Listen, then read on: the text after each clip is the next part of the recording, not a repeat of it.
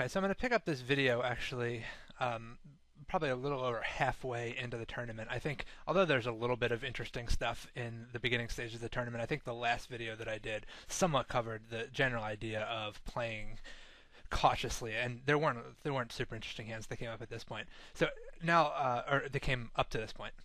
Now here there are 21 players remaining in the tournament out of 52 who started. So we've lost a little over half of the field, and we're already getting down to we're starting to approach the bubble now because there are 10 players who are going to win seats, and that I'm barely even thinking about the money for 11th place. It's just not something that factors particularly highly into any decision that I'm going to make. The really important thing is trying to make it into those top 10 spots. If I get 11th, whatever, it's not something that's going to significantly influence any decision.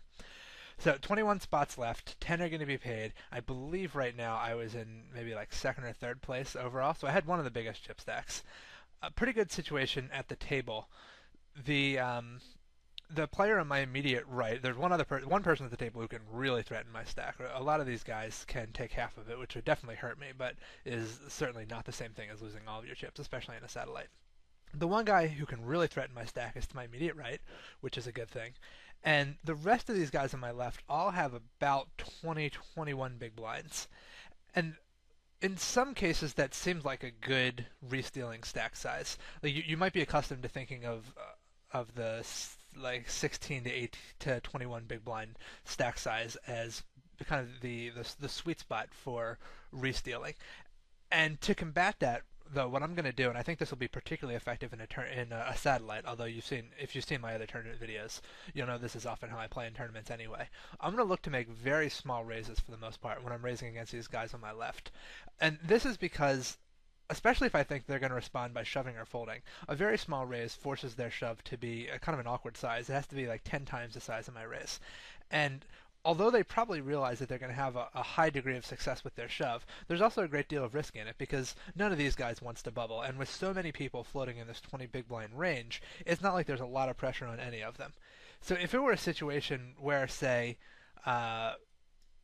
there were the 6,000. There were like two or three people with 6,000, and everyone else had more than that. Then the people with 6,000 would probably be a little more inclined to shove over raises because they're feeling a lot of pressure as the short stacks. But if almost everyone has 6,000, then people are going to be waiting for other people to make mistakes. This is particularly true of people who have reason to believe they might be some of the better players in the tournament. And two people who I'm going to point out just because they're names that I recognize and I don't play a ton of tournaments are Duck Yu and Randall Lin. Randall Lin is a very well-known 2-and-2er and a guy who I know to be a very strong player. Duck Yu, I think he's a pocket fives person. In any event, I know he plays a lot of tournaments and has had a good deal of success. Is considered a pretty good player. I've played with him a few times, and I definitely think he seems to get tournaments for the most part.